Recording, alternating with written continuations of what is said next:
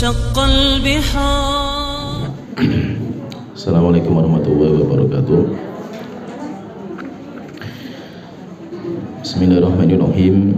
Innal hamdalillah nahmaduhu wa nasta'inuhu wa nastaghfiruh wa na'udzu billahi min syururi anfusina wa min sayyiati a'malina.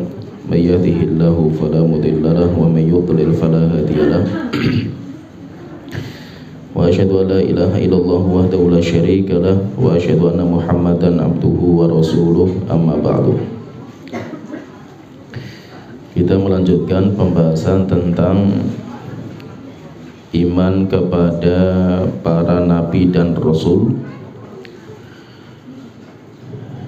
dan telah kita jelaskan iman kepada nabi dan rasul harus beriman kepada 4 perkara. Yang pertama, beriman bahwa kenabian dan kerasulan mereka itu benar-benar dari Allah Ta'ala. Allah yang memberikan wahyu kepada mereka dengan perantara malaikat Jibril, dan risalah para nabi dan rasul itu bersumber dari Allah Ta'ala. Siapa yang mengingkari satu risalah nabi, maka dia telah mengingkari semua kenabian.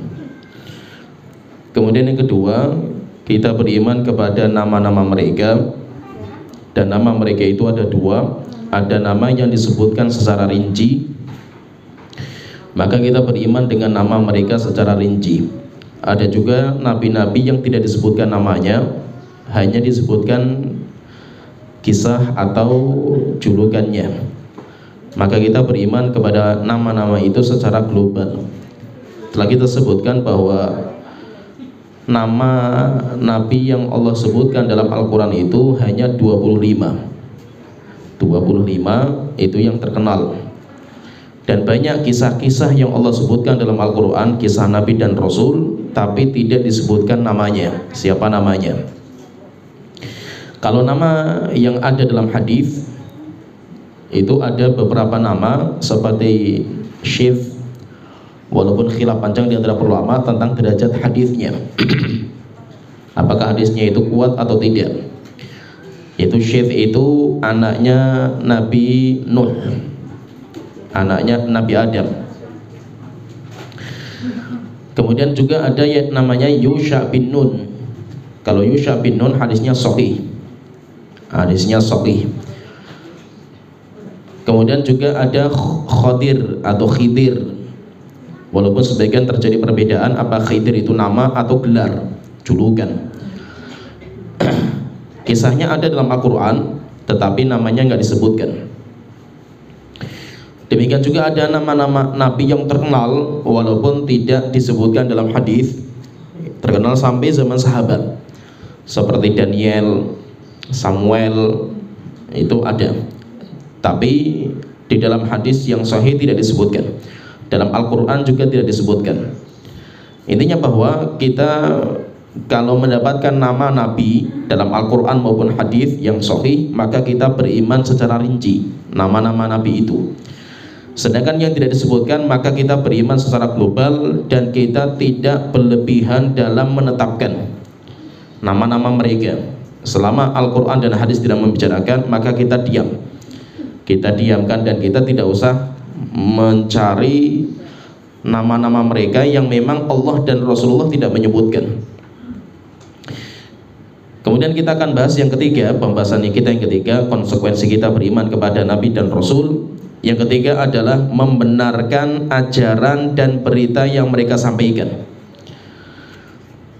Jadi nabi dan rasul itu ketika datang, mereka membawa berita-berita, membawa ilmu-ilmu yang baru, yang akal kita itu tidak bisa menetapkan, yaitu berita-berita berkaitan dengan perkara-perkara yang ghaib. Berita-berita yang berkaitan dengan perkara yang ghaib itu bisa berupa ajaran syariat, seperti sholat. Syariat itu perintah dan larangan. Misalkan kenapa dalam agama kita itu kita diperintahkan sholat, kemudian sholat kenapa lima kali sehari semalam, kemudian kenapa sholat subuh itu 2 rakaat, sholat duhur 4 rakaat, padahal duhur itu kan waktunya kita kerja. kenapa sholat isya'nya malah 4 rakaat padahal isya itu sudah mau tidur, maghribnya malah 3 rakaat. Kita katakan wallahu a'lam. Selama yang datang dari Nabi Muhammad seperti itu, kita samina wa ta'na, kita benarkan dan kita tidak usah memaksa diri untuk mencari sebab dan alasan kenapa dan kenapa. Karena di dalam masalah wahyu itu kita nggak layak untuk mempertanyakan Allah dan Nabi Muhammad dengan kenapa, sehingga kita nggak boleh bertanya kenapa dan kenapanya itu, tetapi nanti Allah yang akan bertanya kita. La yus'alu amma yaf'al, Allah tidak layak untuk ditanya tentang apa yang dikerjakan sama Allah Ta'ala. Kita nggak layak bertanya tentang Allah Ta'ala, kenapa Allah seperti ini, kenapa Allah seperti ini. Wahum yus'alun, tapi nanti kita yang akan ditanya sama Allah Ta'ala, kenapa kita mengamalkan seperti itu. Sehingga apa yang layak untuk bertanya itu Allah, bukan kita. Allah nggak layak untuk kita tanya itu. Kenapa? Karena saking mulianya Allah Ta'ala. Tapi nanti kita yang akan ditanya sama Allah Ta'ala. Oleh itu terkadang berita-berita yang diajarkan oleh Nabi Muhammad itu bisa berupa ajaran, perintah dan larangan. Kenapa Rasulullah melarang ini, melarang seperti ini? Wallahu alam. Kalau memang Rasulullah itu memberikan alasan, kita terima. Kalau tidak, ya selesai. Yang penting apa? Kita samina wa ta'na. Ada seorang sahabat, seorang wanita datang kepada Aisyah, bertanya, ya wahai Aisyah, kenapa? Ini bertanya kenapa? Kenapa seorang wanita yang haid dan nifas itu, dia tidak sholat, tidak puasa, tapi ketika dia itu suci, kenapa dia itu mengqadha puasa dan tidak mengqadha sholatnya? Akhirnya Aisyah itu bertanya, aharuriyatun anti, kamu itu akidahnya khawarij atau bukan? Kenapa Aisyah itu bertanya seperti itu? Karena orang-orang khawarij itu mereka tidak membedakan antara sholat dan puasa, sehingga akidahnya orang-orang khawarij itu radikal, yang suka ngebom ini. Orang-orang khawarij itu, mereka itu menganggap bahwa wanita yang dia itu haid atau nifas dan gak sholat gak puasa, kalau suci wajib mengqadha sholat dan mengqadha puasa. Itu kalau itu khawarij. Maka Aisyah bertanya, kamu itu khawarij atau bukan itu? Kok tanya masalah seperti ini itu? Maka dia mengatakan, enggak wahai Aisyah, saya bukan khawarij, tapi saya yang bertanya itu, kenapa kok dibedakan gitu? Maka khawarij kan mereka akan menyamakan gitu, kenapa kok dibedakan gitu? Maka Aisyah jawabannya pintar sekali beliau itu. Apa kata beliau itu? Hakadza amarona Rasulullah sallallahu alaihi wasallam. Kalau ditanya kenapa, ya kita jawab, ya seperti itu Rasulullah itu perintahkan kita itu. Selama sudah datang dalilnya, Allah dan Rasulullah sudah memerintahkan, selesai. Samina wa ta'na, kita tidak usah mencari lebih detailnya tentang hikmahnya. Kita tahu alhamdulillah, kita nggak tahu pun itu nggak penting. Yang penting apa? Yang penting kita praktekkan, kita terapkan dalam kehidupan kita. Sehingga terkadang ajaran yang dibawa oleh Nabi itu harus kita benarkan. Kita tahu hikmahnya maupun tidak. Perintah Allah, perintah Rasul, larangan Allah, larangan Rasul, maka seorang muslim itu harus membenarkan. Kemudian yang kedua yang harus kita benarkan itu berarti kita membenarkan ajaran yang dibawa oleh Nabi Muhammad, baik ajaran itu masuk akal kita maupun tidak. Kalau kita nggak masuk akal, berarti yang rusak akal kita, bukan ajaran Nabi Muhammad. Ajaran Nabi Muhammad tidak rusak, yang rusak itu akal kita itu.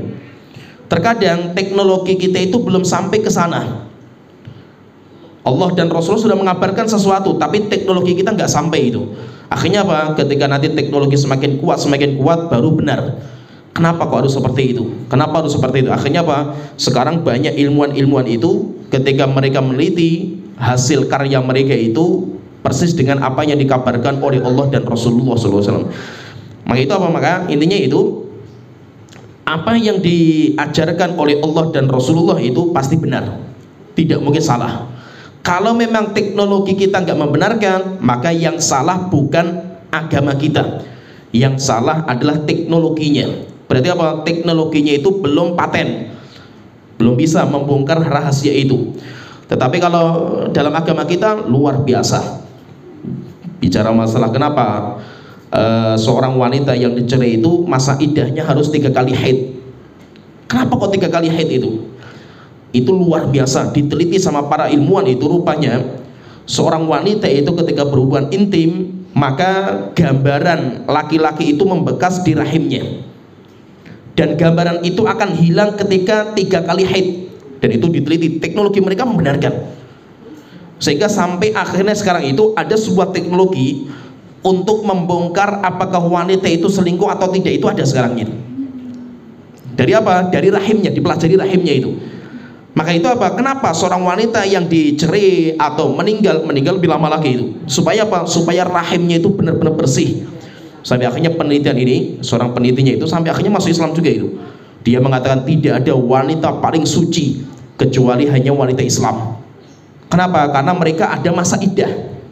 Dan itu untuk apa? Untuk membersihkan sehingga nasabnya itu benar-benar terjamin itu. Dan itu apa? Sekarang baru bisa dibuktikan itu. Walaupun apa? Walaupun kita nggak pernah tahu itu kenapa kok harus 3 kali haid. Kenapa ketika wanita yang suaminya meninggal masa iddahnya itu arba'ata asyhurin wa asyra, 4 bulan 10 hari. Kenapa dan kenapa itu? Maka bukan urusan kita. Yang penting apa? Yang penting benar. Kita meyakini semuanya benar, tidak mungkin keliru. Jika memang teknologi kita belum membenarkan, salahnya itu teknologi kita belum sempurna. Nanti akan datang teknologi yang akan membenarkan. Dulu ketika teknologi manusia belum canggih masalah lalat, kenapa dalam kesehatan itu lalat itu kalau hinggap di makanan suruh mencelupkan, hinggap di minum suruh mencelupkan itu. Banyak ulama-ulama Islam saja itu mengingkari hadis itu. Bukan karena lemahnya, bukan, hadisnya sahih jelas, tetapi mereka melemahkan hadis itu karena berbeda dengan teknologi.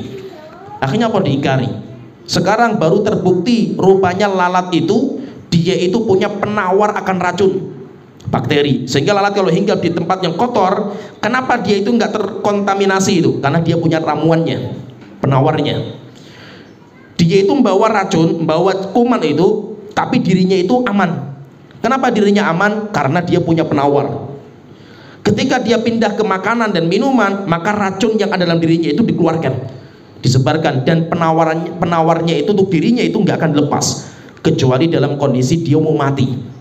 Ketika dia mau mati itu baru penawarnya itu dilepaskan. Maka kenapa hikmahnya itu? Lalat itu dicelupkan itu karena penawarnya itu baru dilepaskan untuk dirinya itu. Sehingga apa? Kita kalau makan yang di situ ada lalat yang hinggap itu aman. Kenapa aman? Karena penawar dari lalat itu sudah disebar. Baru dibenarkan sekarang itu. Demikian juga bicara masalah haid dan yang lainnya itu. Baru orang itu mereka itu mengetahui kenapa dibalik haid, kemudian air ASI dan semuanya itu luar biasa agama kita itu. Maka itu apa? Ajaran Allah dan Rasulullah itu tidak mungkin keliru. Maka kita sebagai seorang muslim itu kalau kita beriman kepada Allah, beriman kepada Rasul, kita harus membenarkan ajaran yang mereka bawa. Kemudian yang kedua yang harus kita benarkan itu adalah berita. Yaitu kita membenarkan ajaran berupa perintah dan larangan, semuanya benar, nggak mungkin meleset gitu. Demikian juga kita membenarkan berita-berita dan kabar-kabar mereka. Nabi ketika datang kepada kita, Nabi itu membawakan kabar-kabar yang banyak sekali. Berita-berita yang telah lalu, itu perkara gaib. Jadi Nabi itu membawakan kepada kita banyak sekali berita-berita tentang perkara yang gaib. Baik berita yang gaib itu yang sudah terjadi, atau berita gaib itu yang akan terjadi. Itu Nabi kita itu sudah mengabarkan, sudah menjelaskan. Apakah Nabi Muhammad itu mengetahui perkara yang gaib secara asal? Kita tahu tidak. Yang mengetahui perkara gaib itu hanya Allah Ta'ala. Yang mengetahui itu hanya Allah Ta'ala. Nabi Muhammad hukum asalnya nggak tahu perkara yang gaib. Sampai Allah Ta'ala mengatakan, "Qul," katakan wahai Nabi Muhammad, "Lau kuntu a'lamul ghaiba," jika saya itu tahu perkara yang gaib, lastakthartu minal khairi, aku akan memperbanyak kebaikan. Wa mamasaniya su, dan saya tidak mungkin ditimpa malapetaka. Tapi Nabi Muhammad ya biasa, terkadang ketika perang terluka sampai muka beliau sobek juga.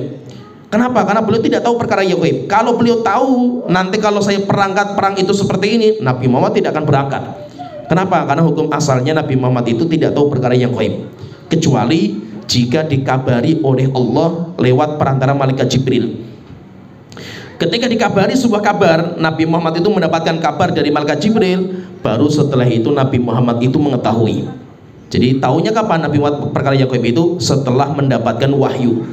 Setelah itu Nabi Muhammad baru mengetahui. Maka nanti Nabi Muhammad itu akan membicarakan banyak sekali kabar-kabar, baik yang lalu maupun yang akan datang, kabar-kabar perkara-perkara yang gaib.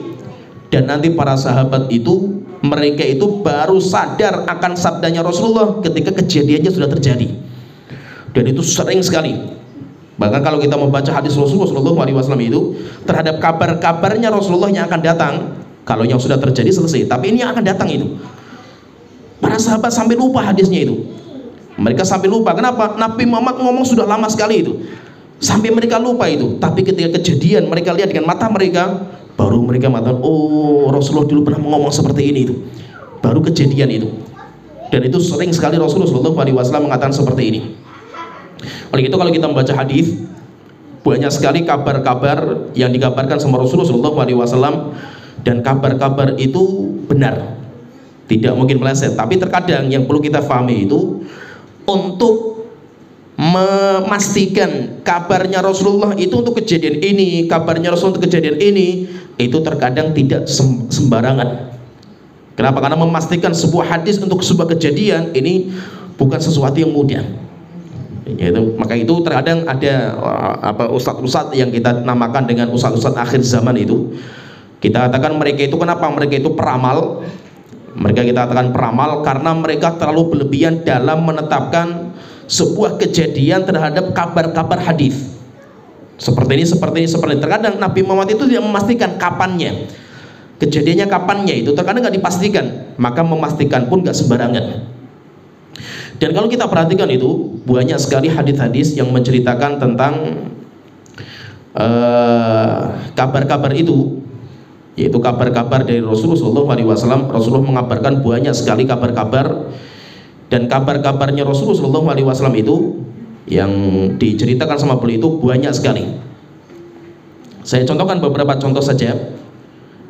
Ada beberapa contoh yang dikabarkan sama Rasulullah SAW dan itu benar, dan kabar Rasulullah SAW itu terjadi nyata. Bahkan para sahabat itu melihat kejadian yang dicontohkan sama Rasulullah SAW, dikabarkan sama Rasulullah SAW. Di antaranya ini saya sebutkan beberapa contoh saja hadis-hadis yang bagus-bagus bicara masalah seperti ini. Ada sebuah hadis yang sahih dikeluarkan Imam Bukhari dan Muslim. Ini Masya Allah, ini hadis ini. Hadisnya dari Adi bin Hatim At-Ta'i. Ada seorang sahabat namanya Adi bin Hatim. Ini saya bacakan panjang hadisnya, tapi Masya Allah. Adi bin Hatim cerita, Baina ana indan Nabi SAW.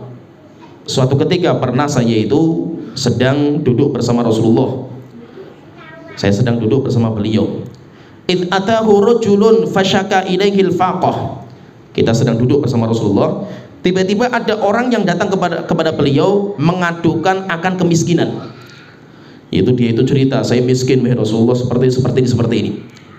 Tsumma atahu akhar fasyaqa ilaihi qad as-sabil. Kemudian datang orang yang kedua mengadukan dia itu dibegal di jalan. Faqala, maka Rasulullah itu ketika datang orang-orang yang mengadu tentang kehidupan mereka itu, setelah itu Rasulullah mengatakan kepada Adi bin Hatim. Adi bin Hatim di situ. Dia mengatakan, ya Adi, hal ra'aital Hirah. Wahai Adi, kamu pernah melihat kota namanya Hirah nggak? Ada kota namanya Hirah, kamu pernah melihat nggak itu? Fakultu, maka saya mengatakan, lam aroha, wahai Rasulullah, saya belum pernah melihat. Waqad unbitu anha, tapi saya itu pernah mendengar ada sebuah kota namanya Hirah. Cuma saya sendiri belum pernah ke sana wahai Rasulullah, tapi saya mendengar kabar. Maka Rasul mengatakan, qala fa in talat bika hayatun. Wahai Adi, kalau kamu nanti umurnya panjang, kalau kamu itu nanti umurnya panjang itu, lataroyanna dha'inata tartahilu minal hirati hatta tatufa bil ka'bati la takhafu ahadan illallah. Nanti kalau umur kamu panjang wahai Adi, kamu akan melihat Islam ketika jaya, negeri itu aman. Sampai nanti kamu akan melihat dengan mata kamu ada seorang wanita berjalan sendirian di atas unta dari Hirah sampai ke Ka'bah dan tawaf di Ka'bah sendirian. Dia tidak takut kecuali hanya kepada Allah Ta'ala. Seorang wanita. Kenapa? Karena amannya negeri itu. Setelah itu dia mengatakan, Adi itu walaupun nggak ngomong tapi dalam hatinya itu, maka Adi mengatakan, qultu fima baini wa bain nafsi. Saya ngomong tapi dalam hati saya itu, fa aina du'aru tayyin ada seorang wanita sendirian dari Hirah berangkat ke Ka'bah itu. Terus mana begal-begal yang terkenal sekali namanya Du'arutai, itu sangat terkenal sekali itu. Alladzina qad sa'arul bilad, yang mereka itu suka merampas harta-harta orang yang berlalu lintas. Setelah itu Rasulullah mengatakan, ini kabar yang pertama. Ini yang pertama. Kemudian Rasulullah nanti Rasulullah akan mengabarkan 3 kabar. Setelah itu Rasulullah mengatakan yang kedua. Setelah itu Rasulullah mengatakan, wala in talat bika hayatun. Wahai Adi, nanti kalau kamu umurnya panjang lagi, latuftahanna kunuz Kisra. Nanti kamu akan mendapatkan umatku akan menghancurkan Persia dan nanti akan mengambil semua harta simpanan Persia. Sampai akhirnya apa? Saya sampai kaget itu. Qultu Kisra bin Hurmuz, wahai Rasulullah, apakah yang kau maksudkan Persia itu adalah Kisra bin Hurmuz? Nama rajanya namanya Kisra bin Hurmuz, yaitu Persia yang dipimpin sama Kisra bin Hurmuz. Maka Rasulullah mengatakan, iya, Kisra bin Hurmuz, dan kamu nanti termasuk yang mengambil harta itu. Setelah itu yang ketiga Rasulullah mengatakan, wala in talat bika hayatun, jika seandainya umur kamu panjang lagi, wala tarayanna ar-rajula yukhriju mil akaffihi min dhahabin aw fiddatin, kamu nanti akan menyaksikan ada orang yang dia itu membawa 1 genggam emas atau 1 genggam perak, dan dia ketika membawa seperti itu, yatlubu man yaqbaluhu minhu, dia keliling di jalan-jalan untuk mencari siapa yang mau menerima sedekahnya. Fala yajidu ahadan yaqbaluhu minhu, tetapi ketika dia keliling-keliling, enggak ada seorang pun yang mau menerima sedekahnya walaupun emas 1 genggam. Wala yalqannallahu ahadukum yauma yalqah, dan pasti Rasulullah mengatakan, wahai Adi, pasti nanti Allah akan menghadap setiap kalian, yaitu setiap orang di antara kalian itu nanti akan dihadapkan di hadapan Allah Ta'ala. Walaisa bainahu wa bainahu turjuman, tidak ada penterjemah antara dia dengan Allah Ta'ala. Yutarjam lahu, yang menerjemahkan dia. Setelah itu ketika di hadapan Allah, maka walayaqulanna lahu, Allah mengatakan kepada orang itu, alam ab'ats ilaika rasulan fayuballighuka, bukankah aku telah mengutus kepada kamu seorang Rasul, dan Rasul sudah menyampaikan kepada kalian? Fayaqulu bala, akhirnya dia mengatakan benar. Fayaqulu, kemudian Allah Ta'ala mengatakan, alam u'tika malan wa ufdil alika, bukankah aku telah memberikan harta kepada kamu? Dia mengatakan fayaqulu bala, benar wahai Tuanku, saya akui. Fayanzuru an yaminihi fala yara illa jahannam, dia tidak melihat ke kanan kecuali neraka jahannam. Wa yanzuru an yasarihi fala yara illa jahannam, kemudian dia melihat ke kirinya, tidak lain kecuali melihat neraka jahanam juga. Rasulullah mengatakan seperti ini. Setelah itu berjalannya waktu itu, Adi itu cerita lagi itu. Setelah mendengar kabar dari Rasulullah, berlalu waktunya itu, akhirnya Adi itu bercerita. Adi bin Hatim mengatakan, beliau mengatakan, itu ketika sudah selesai Rasulullah SAW itu, beliau mengatakan seperti itu, maka Adi mengatakan, fara'aitu dhainata tartahilu minal hirati hatta taftufa bil ka'bati la takhafu illallah. Saya dengan mata sendiri, kata beliau itu, saya dengan mata saya sendiri itu, saya melihat ada seorang wanita berjalan di atas haudaj. Haudaj itu, kalau onta itu, di atas onta itu ada bangunan, biasanya untuk perempuan, safar. Saya melihat sendiri dengan mata saya itu, ada seorang wanita berangkat dari Hira sendirian, kemudian sampai ke Ka'bah dan sampai tawaf, tidak takut kecuali Allah Ta'ala. Setelah itu beliau mengatakan, wa kuntu fi man iftataha kunuz Kisra bin Hurmuz, dan saya salah satu dari para sahabat yang menaklukkan Persia, dan saya pun yang mengambil harta benda mereka, dan saya bawa ke Madinah, dan saya ikut di situ. Setelah itu beliau mengatakan, wala in talat bikum hayatun. Adi ini mengatakan kepada murid-muridnya, beliau mengatakan, kalau yang ketiga, yaitu ada orang yang bawa 1 genggam emas keliling di jalan-jalan, tidak ada yang bisa menerima, saya sampai sekarang belum melihatnya. Setelah itu beliau mengatakan itu, tetapi kalian nanti wahai murid-muridku, kalau umur kalian panjang itu, la tarawunna ma qala Nabi Abdul Qasim sallallahu alaihi wasallam, kalian nanti pastikan melihat dengan mata kalian, yukhriju mil akaffihi, ada orang yang membawa 1 genggam emas keliling-keliling di jalan, tidak ada yang bisa menerima kecuali, yaitu nggak ada pun seorang pun yang menerima itu, sampai dia masuk ke rumah pun nggak ada orang yang mau menerimanya itu. Dan itu rupanya apa, kata para ulama, itu terjadi nanti ketika zamannya Umar bin Abdul Aziz. Umar bin Abdul Aziz zamannya tabi'in, ketika para sahabat sudah pada meninggal dunia. Jadi kalau kita perhatikan ini, Rasulullah mengabarkan kabar-kabar itu, dan kabar-kabar yang disebutkan oleh Rasulullah SAW itu dilihat oleh para sahabat. Mereka menyaksikan langsung dan mereka itu tahu apa yang dikabarkan sama Rasulullah SAW. Dan itu banyak sekali itu. Sampai kalau kita membaca sejarah itu, peperangan-peperangan yang akan datang itu pun Rasulullah sudah mengabarkan. Rasulullah membicarakan tentang Hasan misalkan itu. Rasulullah pernah ketika naik di atas mimbar itu, Hasan duduk, Hasan bin Ali, cucunya Rasulullah SAW itu. Rasulullah ngomong lagi, kemudian lihat kepada Hasan. Rasulullah ngomong lagi, lihat kepada Hasan. Setelah itu Rasulullah mengatakan, Inna bni hadza sayyid, anakku itu adalah pemimpin. La'anallah ayyusliha baina fi'ataini azimataini minal muslimin. Semoga nanti Allah menyatukan dua pasukan besar umatku yang bertikai dengan perantara anakku ini. Rupanya benar. Setelah itu nanti ketika Ali bin Abi Thalib meninggal dunia, ketika dibunuh sama Khawarij, kan terjadi peperangan itu antara Muawiyah dan Ali, dua pasukan besar kaum muslimin itu. Setelah itu ketika Ali meninggal, Hasan diangkat menjadi khalifah, maka 6 bulan setelahnya Hasan itu menyatukan kaum muslimin dengan satu pemimpin, memberikan kekuasaannya kepada Muawiyah. Setelah itu dinamakan dengan Amul Jamaah, tahun di mana kaum muslimin itu bersatu di atas satu pemimpin, seperti kabarnya Rasulullah SAW. Demikian juga Rasulullah SAW itu pernah mengatakan, beliau mengatakan khilafatu ba'di salafuna sanah. Khilafah setelah saya itu lamanya 30 tahun. Khilafah setelah saya itu lamanya 30 tahun. Setelah 30 tahun kata Rasulullah, nanti akan muncul kerajaan.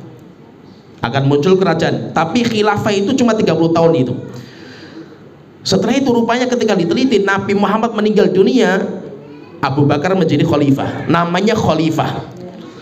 Namanya khalifah. Khalifah itu apa? Khalifah itu pelanjut berikutnya, yaitu yang dipilih untuk menjadi pemimpin. Dia tidak mau calonkan diri, tidak, tapi dipilih untuk melanjutkan kepemimpinan berikutnya. Itu namanya khalifah. Khalifah itu pertama Abu Bakar, Umar bin Khattab, Utsman bin Affan, Ali bin Abi Thalib meninggal dunia itu kalau dihitung-hitung itu jumlah lamanya itu 29 lebih 6 bulan. 29 tahun lebih 6 bulan.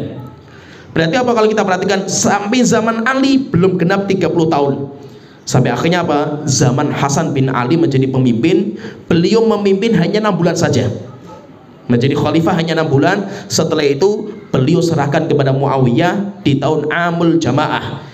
Dari sejak wafatnya Rasulullah sampai Amul Jamaah, dihitung-hitung oleh para ulama, pas genap persis 30 tahun. 30 tahun seperti kabar Rasulullah. Setelah itu apa? Nanti Muawiyah merubah sistem negara menjadi kerajaan. Sehingga raja pertama kali siapa? Raja pertama kali Muawiyah. Kalau sebelumnya itu gelarnya khalifah.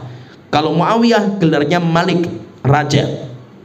Gelarnya itu raja. Tapi Rasulullah mengatakan bahwasanya umat Islam ini nanti akan melewati 5 fase kepemimpinan. Dan rupanya apa, kalau kita teliti dalam hadis itu, kita itu sudah di puncak fase yang keempat. Kita masih menanti fase yang kelima, tapi kita masih penantian ini. Itu semuanya sudah disebutkan sama Rasulullah itu. Fase yang pertama apa? Rasulullah mengatakan itu, umatku dipimpin sama kenabian. Nabi, yaitu Nabi Muhammad itu. Itu fase pertama. Setelah Rasul meninggal dunia, maka dipimpin sama khilafah ala minhaji nubuwah, dipimpin sama khalifah di atas metode agama, yaitu kenabian. Jumlahnya berapa? Lamanya itu 30 tahun sampai dikabar sama Rasulullah itu. Kemudian yang ketiga, kita nanti akan dipimpin sama mulukun adud, dinamakan dengan raja-raja yang kuat, raja-raja yang keras sekali dalam memimpin itu. Tetapi apa kata Rasul dalam hadis yang lain? Tapi masih punya sayang kepada kita, masih banyak sayang. Maka ini yang ketiga. Setelah itu kita munculnya keempat, dinamakan dengan mulukun jabariyah, pemimpin-pemimpin yang zalim, pemimpin-pemimpin yang hatinya hati syaitan, jasad manusia. Itu ngeri itu, dan itu kita di puncaknya itu. Maka itu kalau kita sekarang itu dipimpin sama seorang pemimpin, pilihan kita itu cuma satu dari dua itu.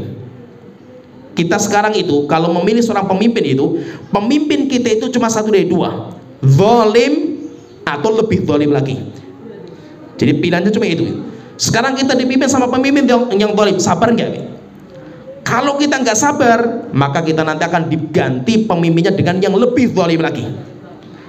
Kita mau cari yang ketiga, nggak ada lagi itu. Kenapa? Karena memang kita di puncak-puncaknya kezaliman pemimpin. Dan kabar Rasulullah tentang pemimpin yang zalim itu semuanya nyata, kelihatan.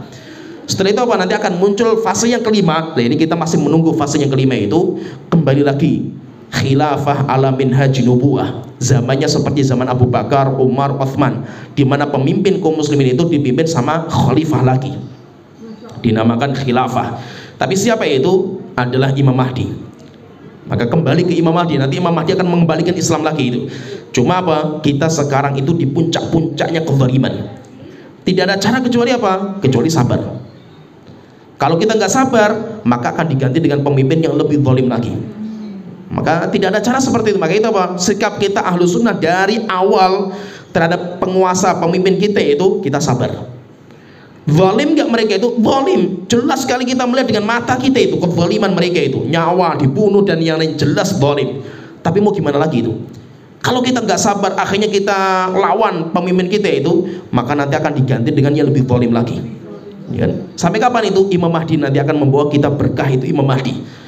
Sebelum datangnya Imam Mahdi, maka semakin zalim, yaitu semakin hari berjalan itu pemimpin lebih zalim lagi itu. Dan itu tidak ada pilihan lagi itu. Dan Rasulullah SAW sudah mengabarkan. Maka itu kalau kita perhatikan itu, ya pemimpin kita ya seperti ini. Dan Rasulullah SAW itu sudah memberitahu para pemimpin-pemimpin seperti ini. Demikian juga ada cerita lagi, yang cerita bagus juga itu. Terkadang maksudnya itu apa? Tadi kita sebutkan terkadang itu Nabi Muhammad itu mengatakan kepada para sahabat, tapi para sahabat itu lupa itu. Kenapa lupa? Karena saking lamanya itu. Ketika mau kejadian baru mereka itu sadar, oh Rasulullah dulu mengatakan seperti itu, maksudnya ini itu. Contohnya misalkan saya contohkan ya, sebuah hadis, sahih juga hadisnya itu. Rasulullah SAW itu mengumpulkan istri-istri beliau. Setelah itu Rasulullah mengatakan, celaka siapa nanti di antara kalian itu, wahai istriku, yang akan digonggongi anjing-anjing hauab. Itu apa? Nanti akan ada seperti itu. Akan ada di antara kalian itu wanita, istriku yang nanti akan digonggongi anjing-anjing hauab. Rasulullah mengatakan seperti itu. Istri Rasulullah tahu semua itu. Mereka hafal. Termasuk Aisyah. Aisyah paling hafal hadis ini itu. Rasulullah mengatakan juga kepada Ali bin Abi Thalib, wahai Ali bin Abi Thalib, kamu nanti akan punya masalah dengan istri saya Aisyah. Akhirnya Ali bin Abi Thalib mengatakan, Rasulullah celaka kalau saya seperti itu, saya punya masalah dengan Aisyah. Kata Rasulullah mengatakan, tidak. Nanti kalau memang kamu terjadi masalah dengan Aisyah, tolong kembalikan Aisyah ke tempat asalnya, ke tempat ma'manihah, ke tempat yang paling aman, yaitu apa? Madinah. Subhanallah itu, rupanya ketika zamannya Utsman bin Affan sampai terbunuh pun itu hadisnya ada. Ketika terbunuh itu kan kaum muslimin pecah jadi dua itu, antara Ali bin Abi Thalib dengan Muawiyah, sampai akhirnya nanti terjadi perang Jamal, perang Siffin. Ketika selesai perang Siffin, mengerikan lagi nanti itu perpecahan, muncul Syiah, Khawarij dan yang lainnya itu. Itu semuanya hadisnya ada. Nah, suatu ketika ini ceritanya itu, ketika Aisyah itu mau berangkat, dia tidak mau perang Aisyah itu, tapi pengen menyatukan antara Ali dengan Muawiyah, disatukan, didamaikan. Akhirnya ketika sudah sampai tempat, mereka berjalan, pasukannya Aisyah itu berjalan, kemudian mereka itu istirahat, bermalam, istirahat, membuat sebuah tenda, istirahat di situ. Ketika istirahat, Aisyah itu sedang tidur di atas onta yang ada tempat tidurnya itu. Tiba-tiba datang anjing banyak sekali, gonggong anjingnya itu. Akhirnya Aisyah tanya sama prajuritnya, ini tempat namanya apa ini? Maka mereka mengatakan ini tempat namanya Hauab. Akhirnya beliau mengatakan, Masya Allah, rupanya saya yang diinginkan sama Rasulullah dengan hadis siapa di antara kalian yang akan digonggongi anjing-anjing Hauab. Rupanya maksudnya itu saya itu. Maka akhirnya apa? Aisyah mengatakan, kalau seperti saya mau pulang. Akhirnya ketika beliau belum mau pulang, akhirnya didesak sama prajuritnya, termasuk Tulha dan yang lainnya, wahai Aisyah, wahai ibuku, kita sudah sampai di sini itu. Kalau kita biarkan kaum muslimin, mereka akan pertumpahan darah itu. Kita harus berangkat, tetap kita lanjutkan. Akhirnya dilanjutkan. Ketika dilanjutkan, sampailah ketemu dengan pasukan Ali. Kemudian nanti terjadi fitnah dan yang lainnya, sampai akhirnya terjadi peperangan. Perang antara Ali bin Abi Thalib dengan Aisyah dinamakan dengan perang Jamal. Nanti kalau sama Muawiyah namanya perang Siffin. Dalam perang Jamal, Ali bin Abi Thalib menang. Tapi ketika Ali bin Abi Thalib menang, dia ingat dengan sabdanya Rasulullah SAW. Nanti kamu akan terjadi masalah dengan Aisyah. Kalau memang terjadi masalah seperti ini, tolong kembalikan istriku itu ke tempat yang aman. Akhirnya apa? Setelah itu Aisyah dibawa pulang, dibawa ke Madinah aman. Setelah itu ketika selesai dari itu, maka nanti terjadi peperangan yang berikutnya, perang yang lebih dahsyat lagi antara kaum muslimin, antara Ali bin Abi Thalib dengan Muawiyah dalam perang Siffin. Dan selesai perang Siffin muncul Khawarij. Dan muncul Khawarij ini nanti diperangi sama Ali bin Abi Thalib, dan itu semuanya ada hadisnya. Bahkan Rasulullah itu pernah mengatakan itu kepada Ammar bin Yasir. Ammar bin Yasir itu termasuk yang ikut perang Siffin di pasukannya Ali. Ammar bin Yasir itu ceritanya itu, dia itu ketika mau bangun Masjid Nabawi, termasuk yang paling semangat bangun. Yang lain itu membawa batanya orang Arab itu. Sampai sekarang itu bukan kayak bata bangunan rumah kita kecil, batanya mereka itu besar-besar itu. Orang Arab itu kalau bangun itu kan bata disusun-susun itu, bangun bangunan mereka itu, batanya itu berat sekali itu. Yang satu membawa satu bata, tetapi kalau Ammar bin Yasir itu membawanya 2 bata. Saking semangatnya dia itu, sampai akhirnya badan dia itu berdebu. Akhirnya Rasulullah itu ketika melihat Ammar bin Yasir semangat seperti ini, maka didatangi sama Rasulullah. Setelah itu badannya itu dibersihkan debunya itu. Setelah itu mengatakan, wei Ammar, celaka, karena nanti kamu itu akan dibunuh umatku yang zalim. Kamu nanti matinya itu dibunuh sama umatku sendiri itu, sama kaum muslimin, tapi zalim pasukan ini. Dan Ammar, nanti ketika kamu mati itu, minuman terakhir yang kamu minum itu adalah air susu unta. Ini Rasulullah mengatakan seperti itu. Rupanya apa? Ketika perang Siffin, Ammar bin Yasir itu termasuk pasukannya Ali bin Abi Thalib. Nanti dibunuh sama pasukan Muawiyah, sehingga banyak para ulama yang mengatakan perbedaan antara Ali dan Muawiyah, yang benar adalah pendapat Ali, tetapi Muawiyah tidak berdosa.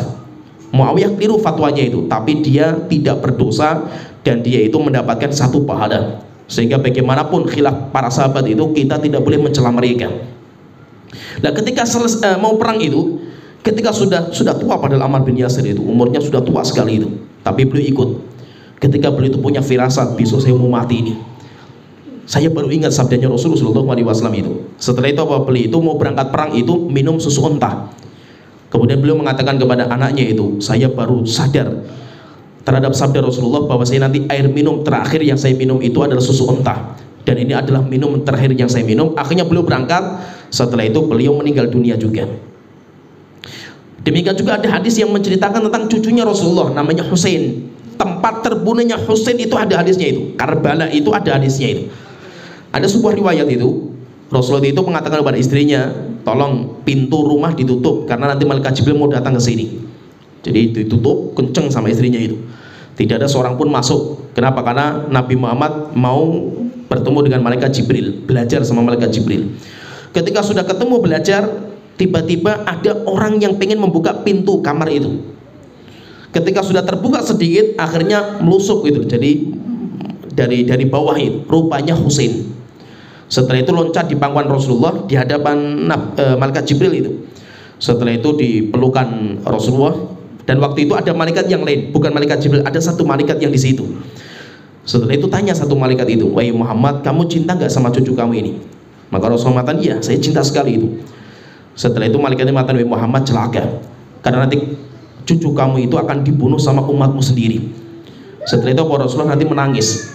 Akhirnya ketika Rasulullah menangis, kata malaikat, wahai Muhammad, kalau kamu pengen tahu di mana nanti cucu kamu itu terbunuh, akan saya ambilkan tanahnya. Akhirnya malaikat itu pergi ngambil tanah. Setelah itu tanahnya itu diberikan kepada Nabi Muhammad. Nabi Muhammad disimpan tanahnya itu di kain, dibungkus, diperhatikan sifatnya itu.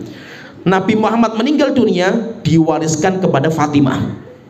Sehingga Fatimah, tapi kan umurnya nggak lama itu, 6 bulan setelah Rasulullah meninggal dunia, Fatimah itu meninggal. Akhirnya tanahnya itu disimpan sama Ali bin Abi Thalib. Maka tahu sekali itu tanah, sifat tanahnya itu tahu sekali itu tanah ketika dia nanti Husain itu akan meninggal. Maka ketika perang Siffin itu, kan Ali bin Abi Thalib kan berjalan itu dari Irak berjalan mau ke Syam itu.